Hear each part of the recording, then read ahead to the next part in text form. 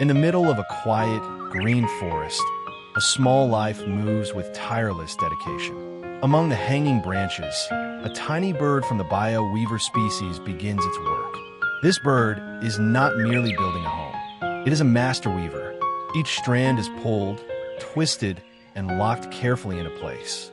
There are no nails, no ropes, only the instincts of nature passed down from generation to generation.